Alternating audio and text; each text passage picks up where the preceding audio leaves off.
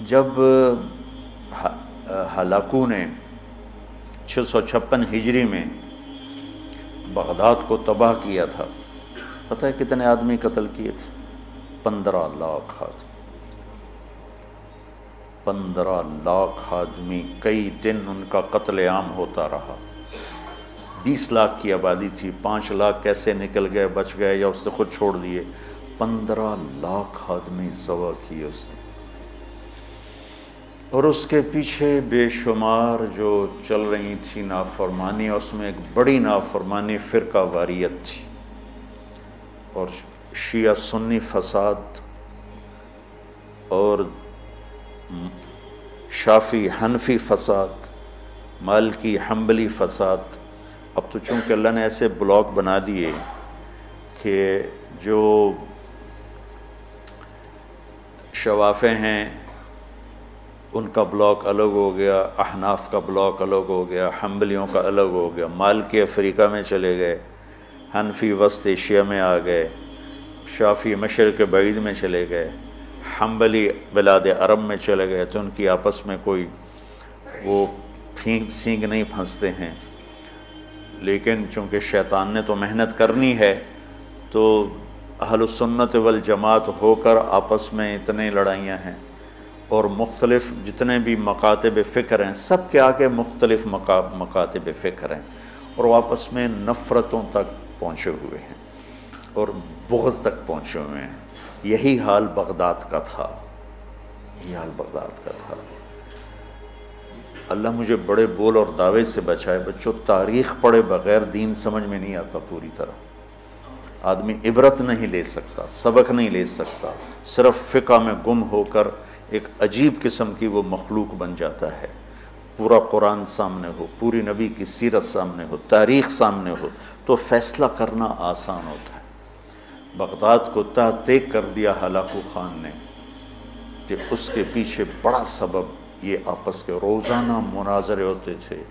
317 ہجری میں، 317 یعنی ابھی خیر القرون ختم ہوا ہی تھا، بغداد میں حنبلی اور غیر حنبلی مناظرے میں اس قدر فساد ہوا کہ سینکڑوں آدمی قتل ہو گئے، ایک دوسرے کی جان کے ایسے درپے ہوئے۔ دونوں طرف سے اہل سنت ہیں، لیکن ایک دوسرے کی گردنیں اڑا دی، اور یہ عام ہونے لگا۔ تو اللہ تعالیٰ کی طرف سے وہ عذاب بن کر آیا 656 ہجری میں۔ اس نے سارے بغداد کی اینٹ سے اینٹ بجا دی، اور ساری کتابیں اٹھا کے دریائے دجلہ میں ڈال دی۔ دریائے دجلہ کا پانی 1 مہینے سیاہ ہو کے بہتا رہا، اتنی کتابیں اس نے ڈال دی۔ اور اللہ نے ایسا رعب ڈال دیا مسلمانوں پر کہ 40 آدمی کھڑے ہوئے ہیں، اور ایک تاتاری مغل کہتا ہے سارے یہیں کھڑے رہو، میں تلوار لے کے آ کے تمہیں قتل کرتا ہوں۔ اس کے ہاتھ میں تلوار بھی نہیں ہے، وہ تلوار لینے جاتا ہے، وہ 40 وہیں کھڑے ہوئے ہیں، بھاگتے بھی نہیں ہیں، واپس آ کر 40 کی گردن اڑاتا ہے۔ میں مستند کتابوں سے البدایہ سے آپ کو بتا رہا ہوں۔ اللہ کے نبی نے 4 دعائیں مانگی، مسجد اجابہ، اب وہ حرم میں شامل ہو گئی، توڑ دیا اس کو۔ مدینہ میں، یا اللہ میری امت پہ تیرا ایسا عذاب نہ آئے جو انہیں ختم کر دے، اللہ نے کہا قبول ہے۔ یا اللہ ان پر کوئی زمینی ایسا عذاب نہ آئے جو انہیں ختم کر دے، اللہ نے فرمایا قبول ہے۔ یا اللہ ان پر کوئی دشمن ایسا نہ آئے جو انہیں مٹا دے، اللہ نے فرمایا قبول ہے۔ یا اللہ ان میں آپس میں اختلاف نہ ہو، تو اللہ نے فرمایا نہیں میرے محبوب، یہ قبول نہیں، اختلاف ہوگا۔ یہ پیپر ہو رہا ہے، امتحان ہے، امتحان میں ہم دیکھیں گے کون حدود پہ قائم رہتا ہے، کون حدود کو پار کرتا ہے۔ تو اختلاف اس کائنات کی لازمی چیز ہے، مذہب کے نام پر بھی ہوگا، سیاست کے نام پر بھی ہوگا، اور چھوٹی چھوٹی باتوں پر ہوگا، اور صحیح نیت کے ساتھ بھی ہوگا اور فساد کی نیت کے ساتھ بھی ہوگا۔ تو جب میرا اللہ کہہ رہا ہے اختلاف ہوگا، پھر کہہ رہا ولا تفرقوا، دیکھو تم اختلاف کرو لیکن فرقہ واریت کا شکار نہ ہو۔ کتابیں تاریخ کی بہت ہیں، اور یقیناً تاریخ کی روایت کا معیار قرآن و سنت سے کے برابر نہیں ہو سکتا ہے۔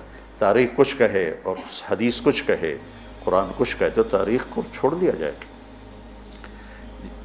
صحابہ کی آپس کی لڑائیوں کا معیار تاریخ نہیں ہے، قرآن ہے اور حدیث ہے۔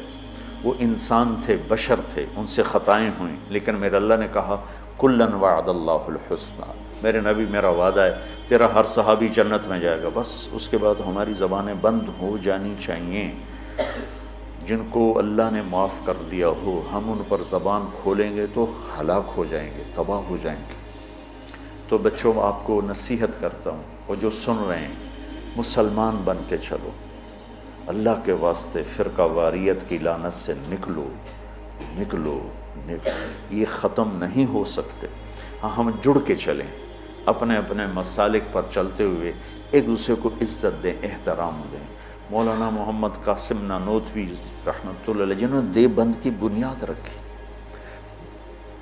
بہت بڑے مناظر تھے بر صغیر کے، ساری زندگی کسی مسلمان فرقے سے مناظرہ نہیں کی، ساری زندگی۔ حضرت تھانوی کے مواعظ 30 جلدوں میں ہیں، پڑھو۔ کسی پر رد کیا ہو ایسا بدتمیزی کے ساتھ اور اس طرح اس کی پگڑی اچھالی ہو، جن کے نام پر دیوبندیت قائم ہے، مولانا گنگوہی رحمۃ اللہ علیہ، یہ آج جو پھدک رہے ہیں ممبروں پر، یہ تو کوئی نہ ہمارے لیے بنیاد ہیں اور نہ یہ ہمارے لیے نمونہ ہیں۔ 3 آدمی بنیادی ہستی رکھ، ایک حضرت تھانوی، ایک حضرت گنگوہی، ایک حضرت نانوتوی، یہ 3 آدمی پلر ہیں دیوبندیت کے۔ دیکھو انہوں نے کس طرح، اگر کہیں کسی کا رد بھی کیا ہے تو ایسے نہیں کیا کہ انسانیت سے گرا ہوا کلام ہو یا لہجہ ہو یا گفتگو ہو۔ اور مولانا قاسم صاحب رحمۃ اللہ علیہ نے ساری زندگی کسی مسلمان فرقے سے مناظرہ نہیں، ہندو سے کیا، سکھوں سے کیا، دہریوں سے کیا، عیسائیوں سے کیا، نیچریوں سے کیا، لیکن کسی مسلمان فرقے کے خلاف آپ نے مناظرہ نہیں کیا۔ تو میں تمہیں نصیحت کرتا ہوں، امت پہلے ٹوٹی پڑی ہے، دین کا کام کرنا ہے تو وہ کرنا جو تبلیغ والے کر رہے ہیں، کہ سب کو جوڑ رہے ہیں، سب کو محبت کا پیغام دے رہے ہیں۔ اگر منفی کام کرنا ہے تو گھر بیٹھ جانا، یا ہم سے تعلق توڑ دینا، ہماری نسبت ہمیں واپس کر دینا، پھر جو تمہاری جی میں آئے کرتے رہنا۔ میں تمہیں مثبت کردار میں دیکھنا چاہتا ہوں کہ تم امت میں جاؤ تو تمہارے ایک ڈاکٹر جاتا ہے ایک محلے میں، اور 4 سال کے بعد اس کا ہسپتال کھڑا ہوتا ہے۔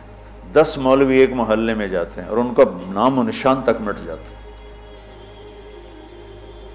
ایک جعلی حکیم بیٹھ جاتا ہے اور اس کے مریضوں کا رش لگ جاتا ہے۔ جعلی پیر بیٹھ جاتا ہے تو تعویذ لینے والے کو لائن لگی ہوتی۔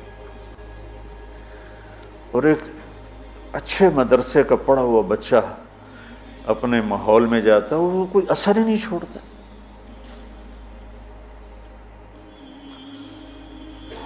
تو بچوں، تھوڑی سی زندگی ہے، نفرتیں نہ پالو، بغض نہ پالو، حقارتیں نہ پالو،